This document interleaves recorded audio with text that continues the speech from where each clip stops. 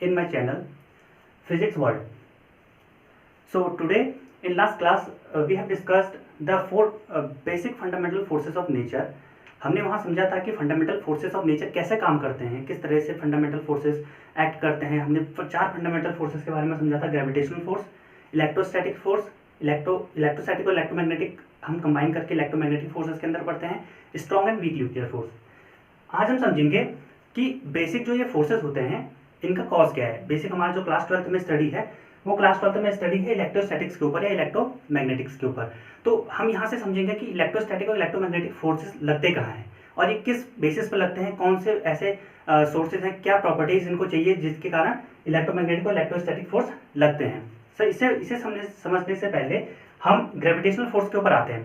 हम जानते हैं क्लास 11 में आपने पढ़ा होगा कि न्यूटन्स लॉ ऑफ ग्रेविटेशन में आपने 3 लॉज पढ़े होंगे. इनर्शिया, उसके बाद आपने second Newton's law, third Newton's law of action and reaction, ये तीनों चीज़ें पढ़ी थी. तो हम जानते हैं कि कोई भी फोर्स अगर नेचर में अप्लाई हो रहा है तो कहीं ना कहीं उसका सोर्स होगा, कोई किसी की वजह से वो अप्लाई हो रहा होगा.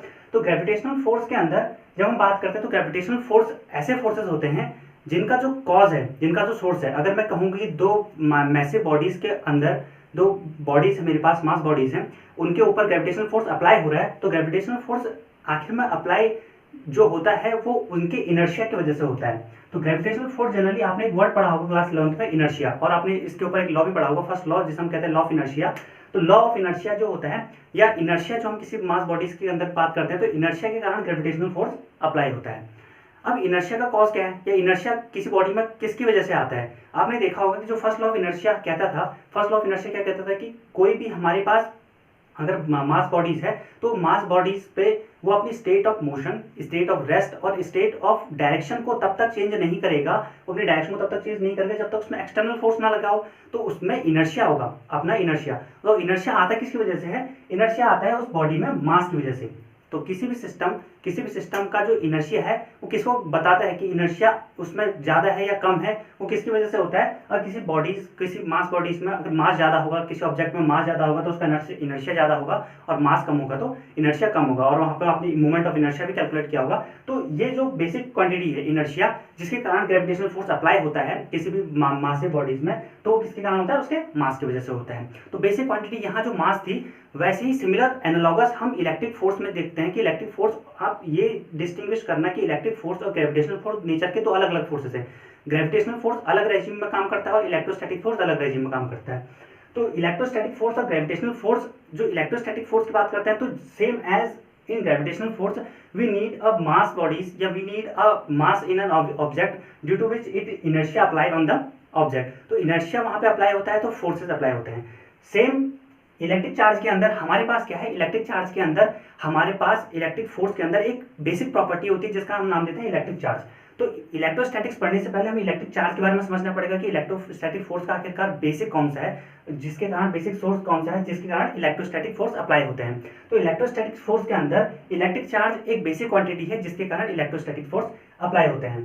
तो इलेक्ट्रिक चार्ज आखिरकार होता क्या है? हम इसको सिंपल वर्ड्स में समझते हैं कि इलेक्ट्रिक चार्ज हम कहते हैं कि इलेक्ट्रिक चार्ज होता है, और हमें पता है कि इलेक्ट्रिक चार्ज दो तरह के होते हैं, प्लस माइनस, ये चीज़ हम जानते हैं. तो बेसिकली पहले ये समझते हैं कि इलेक्ट्रिक चार्ज आखिरकार होता क्या है जिसके कारण ये इलेक्ट्रोस्टैटिक फोर्स लग रहा है.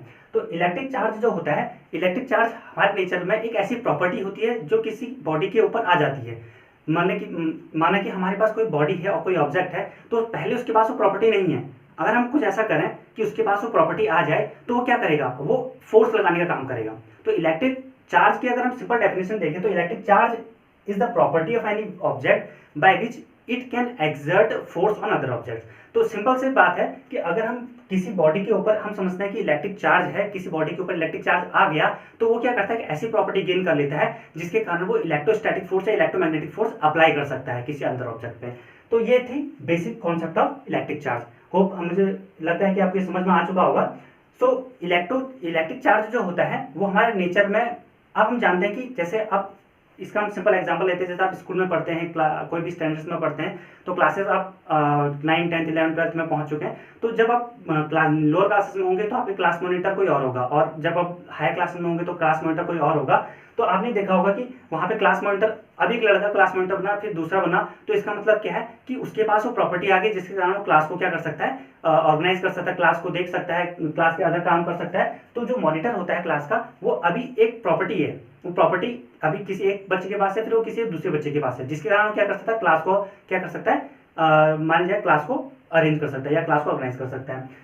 वही चीज जो हमारे पास यहाँ पर है, इलेक्ट्रिक चार्ज एक प्रॉपर्टी है किसी भी ऑब्जेक्ट के पास, जिसके कारण वो क्या कर सकता है, फोर्स अप्लाई कर सकता है, और वो फोर्स का नेचर क्या होगा, वो फोर्स का नेचर होगा इलेक्ट्रोस्टैटिक्स। अब बात करते हैं कि इलेक्ट्रिक जो चार्ज होता है या इलेक्ट्रिक चार्ज होता है वो कैसे आता है। जैसे किसी सिस्टम में हमने कहा कि प्रॉपर्टी आ गई, तो इलेक्ट्रिक चार्ज आता कैसे है। तो इलेक्ट्रिक चार्ज जब हम किसी बॉडी को रब करते हैं, कई सारे मेथड से इलेक्ट्रिक चार्ज आ सकता है, जिसे हम कहते हैं फ्रिक्शनल चार्ज, रब करके आ सकता है, बाय इंडक्शन, बाय कंडक्शन, कई सारे मेथड हम आगे पढ़ेंगे। लेकिन जो इलेक्ट्रिक चार्ज आता है वो in terms of mass bodies के अंदर आता है। जैसे मैं क्या कहूँगा, कोई भी मैटर पार्टिकल्स, कोई भी पार्टिकल्स किसी भी सिस्टम से, एक सिस्टम से दूसरे सिस्टम में जाता है, तो हम कहते हैं कि वहाँ पर इलेक्ट्रिक चार्ज आ गया। तो इलेक्ट्रिक चार्ज जनरली किसी एक पार्टिकल से कैरीड होता है, कि अगर हम एक ऑब्जेक्ट की बात करें या दूसरे ऑब्जेक्ट की बात करें, तो ऑब्जेक्ट्स में जो इलेक्ट्रिक चार्ज होता है वो पार्टिकल की वजह से कैरीड होता है। उसके बाद हम समझते हैं कि इलेक्ट्रिक चार्जेस जो होते हैं हमारे पास, ये हम कई तरह के, अब जैसे हमने कहा कि यहाँ पर हम क्या पढ़ रहे हैं, इलेक्ट्रोस्टैटिक्स पढ़ रहे हैं, जो कि 12th क्लास का फर्स्ट चैप्टर है। तो इलेक्ट्रोस्टैटिक्स के अंदर अब यहाँ पे इलेक्ट्रोस्टैटिक बताता क्या है, इलेक्ट्रो मतलब इलेक्ट्रिसिटी, और स्टैटिक्स मतलब स्टैटिक मतलब जो चीज रुकी हुई होती है, जो स्टेशनरी होती है। तो इलेक्ट्रोस्टैटिक मतलब क्या होता है, स्टैटिक करंट। इसकी बात आप समझेंगे, स्टैटिक करंट।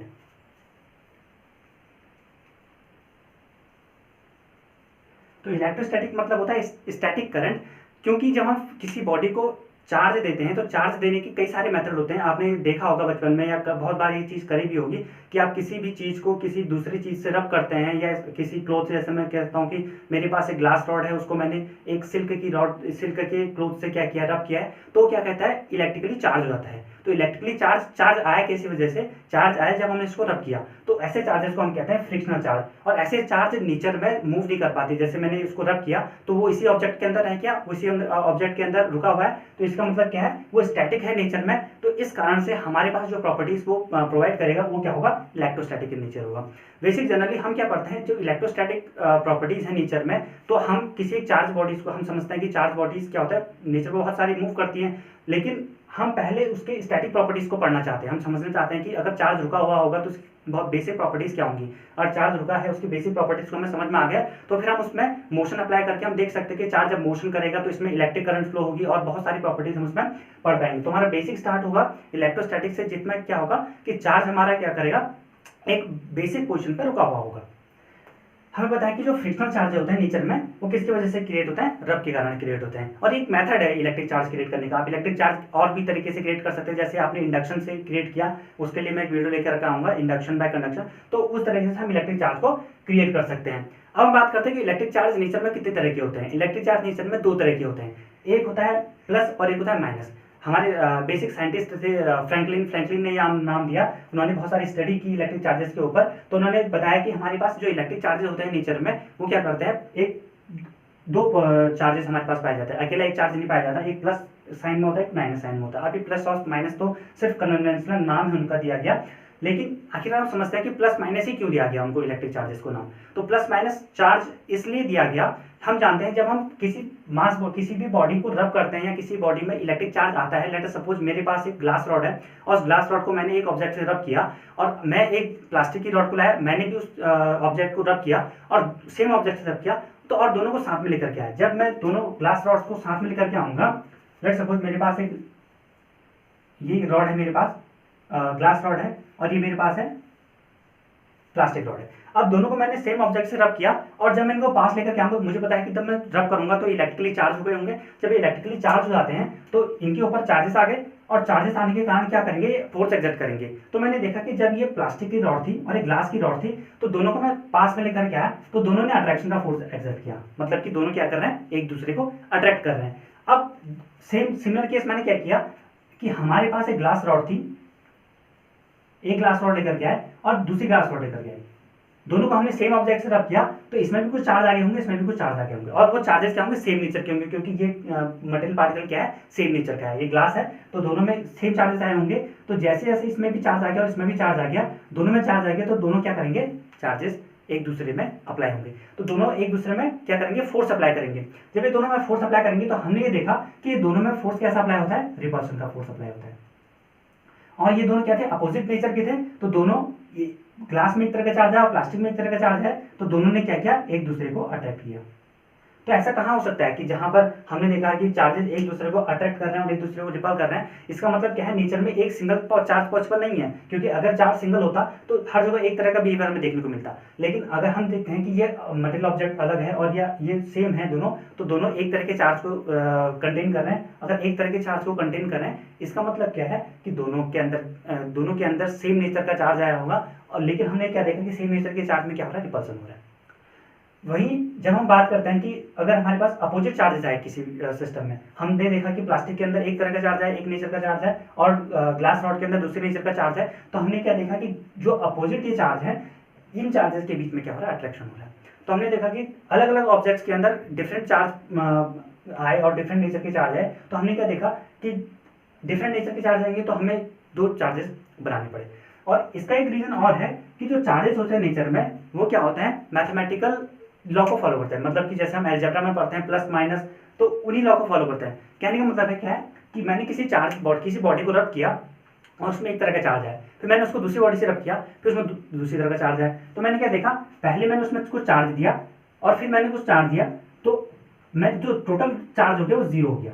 मतलब कि पहले मैंने उसे किसी एक मेथड से चार्ज दिया, फिर मैंने उसको दूसरे मेथड से चार्ज दिया, और फाइनली उसका चार्ज जीरो हो सकता है। क्या यहाँ पे कभी ऐसा हो सकता है कि मैंने चार्ज देते गया और सिस्टम में चार्ज पूरा जीरो हो गया? हाँ, ऐसा हो सकता है जब चार्जेस अपोजिट नेचर के हों। लेट्स सपोज मैंने कुछ प्लस चार्ज दिया 4 और मैंने कहीं से फिर मैंने रब किया और मैंने फिर मैंने चार्ज दिया, लेकिन वो इस बार क्या था, -4 था। तो पहले +4 था, फिर -4 था, तो टोटल चार्ज क्या हो गया सिस्टम में, जीरो हो गया। अगर टोटल चार्ज सिस्टम में जीरो हो गया, इसका मतलब क्या है कि चार्जेस क्या होते हैं, आपस में मैथमेटिकल लॉज या अलजेब्रिक लॉज को होल्ड करके ये प्लस माइनस होते हैं, इनमें मैथमेटिक लॉज लगते हैं। अब बात करते हैं कि जो ग्रेविटेशनल, जो हमारे पास इलेक्ट्रिक चार्ज है, इलेक्ट्रिक चार्ज का मैग्नीट्यूड कितना होता है। जो बेसिक क्वांटिटी हमें नेचर में मिलती है इलेक्ट्रिक चार्ज की, उसे हम कहते हैं, जो बेसिक एलिमेंट्री क्वांटिटी होती है, वो एक इलेक्ट्रॉन मिलता है हमें नेचर में, या एक प्रोटॉन मिलता है, जिसका जो चार्ज होता है वो 1.6 × 10⁻⁻⁹ कूलम। इससे छोटा चार्ज हमें नेचर में नहीं मिलता। ये क्या है, बेसिक क्वांटिटी है चार्ज की। ये एलिमेंट, इसे हम कहते हैं elementary charge. Elementary charge nature की है, एलिमेंट्री चार्ज है। और हम जानते हैं कि हमारे पास एलिमेंट्री चार्ज मिल गया हमें 1.6 × 10⁻⁹ कूलम। और एक कूलम क्या है, इसकी यूनिट है। हम इसको समझेंगे कूलम यूनिट क्या होती है और किस तरह से साइंटिस्ट थे कूलम, उन्होंने इलेक्ट्रोस्टैटिक फोर्स के बारे में बताया, तो उनके नाम पे इसकी यूनिट रखी गई है इलेक्ट्रिक चार्ज की। तो हमारे पास बात करते हैं कि इलेक्ट्रिक चार्ज जो होता है वो इतने प्रॉपर्टीज को होल्ड करता है। अब बात करते हैं कि इलेक्ट्रिक चार्ज है वो स्केलर इन नेचर होता है। आपने क्लास 11 में दो क्वांटिटीज पढ़ी होंगी, एक स्केलर क्वांटिटी, एक वेक्टर क्वांटिटी। जो वेक्टर क्वांटिटीज होती हैं वो क्या करती है, डायरेक्शन डिपेंडेंट भी होती हैं और मैग्नीट्यूड पे भी डिपेंड करती हैं। उनमें डायरेक्शन भी चाहिए और मैग्नीट्यूड भी चाहिए। वहीं जब हम बात करते हैं स्केलर क्वांटिटीज की, तो स्केलर क्वांटिटीज जो होती हैं उसमें सिर्फ मैग्नीट्यूड चाहिए, डायरेक्शन का कोई डायरेक्शन उसमें नहीं चाहिए होती है। तो सिर्फ मैग्नीट्यूड से हम क्या कर सकते हैं, उसमें काम कर सकते हैं। तो इलेक्ट्रिक चार्जेस क्या होता है, स्केलर इन नेचर होते हैं। तो ये थी आज की हमारी क्लास। और so thank you for watching this video. और आपको मेरी वीडियोस अगर पसंद आ रही हो तो प्लीज़ लाइक, कमेंट और शेयर जरूर करें। Thank you.